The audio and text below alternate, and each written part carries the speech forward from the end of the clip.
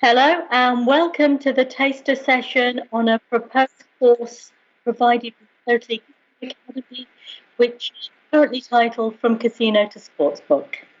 The aim of this particular course is to show operators how they can go about maximising their existing resources, thereby increasing opportunities, but at the same time reducing operating and compliance costs and increasing overall business flexibility, resilience and revenue. So if you're all sitting comfortably, we'll begin. It's all about going back to basics, and we're going to cover 4 main areas. Firstly, how we go about multiplying our existing resources, but at the same time minimizing costs. We will look at sportsbook meets casino meets sportsbook, looking at the synergies and the similarities between them, looking at bad beats, beards, money lines. We'll be looking at knowing your customer. Is it a VIP? Is it a problem gambler? Or is it a possible criminal? And we will finish off with understanding how, when we pull all of this together, we can use it to maximize customer engagement and cross-sell across all of our products and channels a little bit better. So, starting off with multiplying resources and minimizing costs. On the left is what your existing staff look like. On the right is what your bricks and mortar establishments are starting to look like. How are we going to pull the two together? It's about how we can multi-skill our teams so that they can switch seamlessly between the worlds of casino and sport. And if we can multi-skill them so they can move freely between the two different worlds, this not only allows us to double our existing workforce overnight, it allows us to do so without increasing our operating costs. So that's what we'll look at. How we go about increasing our available resources, which allows us to better meet our business needs without adding to the payroll. So, for instance, how would it be if 15 minutes before kickoff, some of your casino staff can just wander over to the sportsbook side and help out? We can look at how this multi-skilling increases staff engagement, staff retention, because what we're going to be doing is we're going to be creating new career and development opportunities for our employees. By doing that, we can increase the pool of available talent. So that helps out when we're looking at internal vacancies, but also succession planning for the future. It allows for better dynamic workforce management. When we have a larger pool of skills and talent to draw from, it allows us to minimize the impact of staff absences, whilst at the same time maximizing efficiency and productivity. By having a wider group of people from a different range of perspectives, we can start to enhance diversity of thought. People who look at the same thing in different ways, our chances of innovating and disrupting the world we already know for the better increases. And oddly enough, when we have a wider group of people all competing, that competition will automatically lead to an unconscious increase in standards with minimal effort on our part. Okay, so for example, we have staff who currently work in a land-based casino. We take their expertise, their customer insight, we put them with the marketing team, and we can start to look at how we can cross-sell across channels. Get your casino players who like to come to a bricks and mortar establishment to try online, but equally get your online players to come and visit the casino and have a wider, fun entertainment experience. The other benefit of multi-skilled and upskilled teams is they're happier people. They have greater opportunities for progression, for development. What This means is that when you go to employer websites, your staff will be raving about you. It's great for your reputation, and that enhanced reputation will help recruitment, and it will also help you to keep the good people that you have. Moving on to the next point. Looking at bad beats, beards, and money lines. How your existing casino specialists can move seamlessly across to your sportsbooks. Casino is more complicated than a sportsbook. If you have good people who can stand behind a roulette wheel, they can just as easily stand behind a sportsbook window. Casino players are more complicated than sports bettors. If you have people who can manage casino players, you can bet they'll be able to manage sports bettors. A sportsbook is one bet, one result. A casino, dependent on the game you're playing, so for instance roulette, could be many bets and many results. When it comes to playing, customers have the same motives. They all want to win. They also come to these games with perceptions of skill and judgment. The psychology of your players is very similar. When you look at your cashiers and your teams who operate the cages, it's cash in, cash out. It's exactly the same as placing a bet and collecting your winnings. There is commonality of language across the two products. For example, both have bad beats, both have even money, both have handle, and both have sharps. Means the same thing. Most importantly, not everybody gets casino, but pretty much everybody understands the concept of picking a winner, which is what sports betting is. So if we have a look at a little bit more detail and a couple of examples.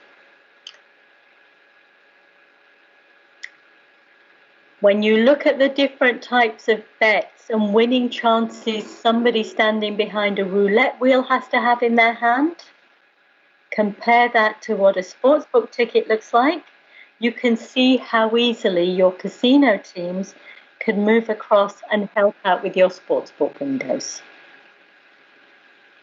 Next, let's have a look at your customers. All of your customers are going to be good customers, potential concerning customers, or even more concerning, potential criminals. When we can start to share knowledge across both of these two sectors and across a number of different channels, we get better at identifying who our customers are, where their money comes from, and whether they can afford it. What we can start to do is compare activity and spend across different products and channels. Do we have customers who spend more casino online as opposed to sportsbook at an actual bricks and mortar establishment? We can monitor emotions and reactions across different situations. This allows us to identify positive and negative behaviours across different channels.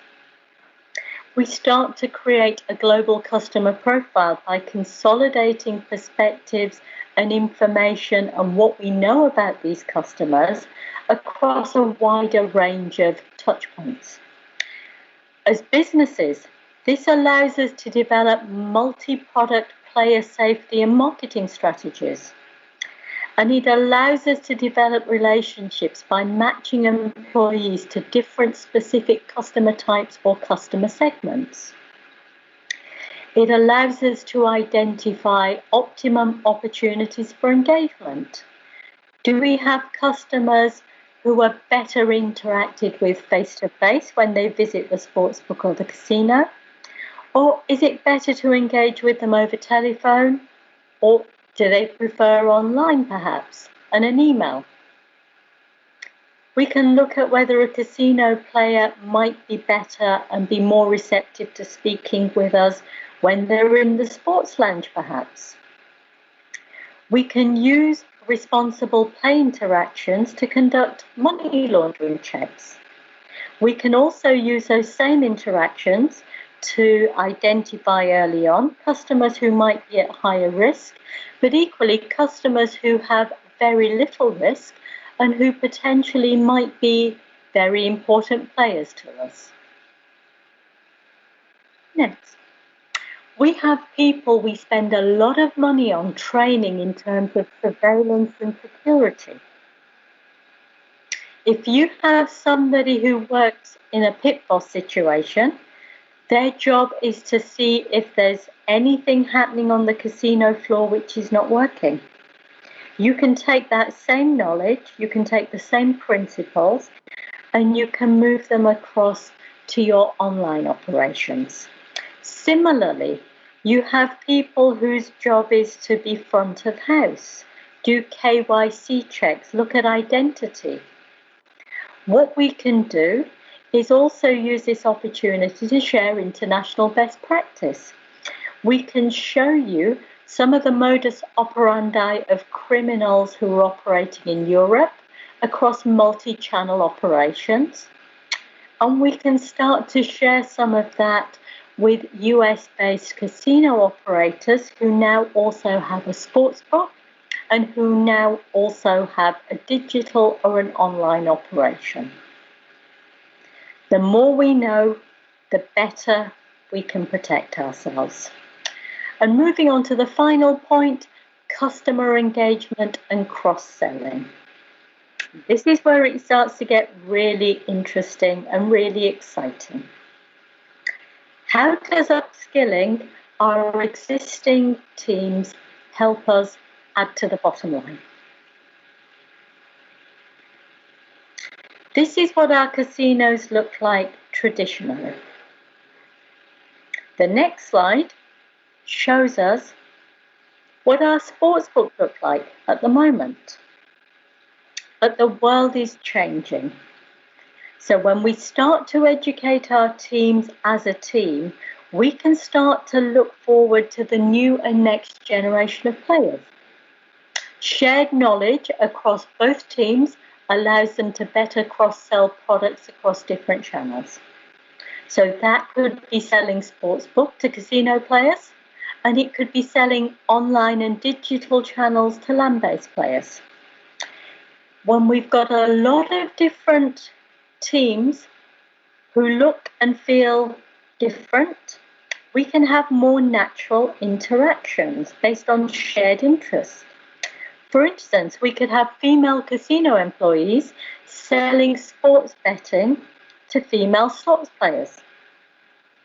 When we have employee diversity reflected within the customer base, so we're mirroring diversity within our teams with the different kinds of customers we have in terms of age, gender, ethnicity, we can start to create inclusive environments. Look at your sports betting environment at the moment, predominantly male. Why would female bettors go there? If, however, your teams who serve these people look and act a little bit more like them, there's more chance they're going to feel comfortable moving into that part of the environment. We can increase levels of intercultural competence.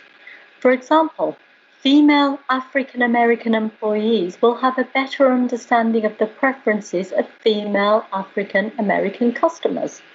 And this is going to become more important as we move into the 21st century further on. And when we have all of this wealth of knowledge and we start to pull it all together, we can better support acquisition and retention of a wider and more diverse range of both employees and customers. And just to whet your appetite going forward, let's look at what the future might hold. When we go to football events, to sporting events, we're now finding that female fans are far more prolific and far more common than they used to be. If male fans are willing to place a bet, surely female fans who are willing to place a bet on casino or bingo can be encouraged to shift that money towards sportsbook. Women's soccer is the fastest growing sport on the planet. The US women's team won the Women's World Cup. There is a new generation of sports bettor that is now starting to emerge, and the smart money will start to change their sportsbook teams to reflect what the future customer looks like. So, just to finish off, what this workshop will aim to do is give you 4 quick wins. How you can transform your different casino and sports focused teams into one multi-skilled, multi-product, multi-channel team. In doing so, how you can provide greater opportunities for existing staff while simultaneously reducing operating and compliance costs. By doing all of this, you'll be able to increase customer engagement, increase insight, and push towards innovation in a way you never have before. And pulling it all together, the net result is you are going to have greater business flexibility, greater resilience, but most importantly, add to your bottom lines.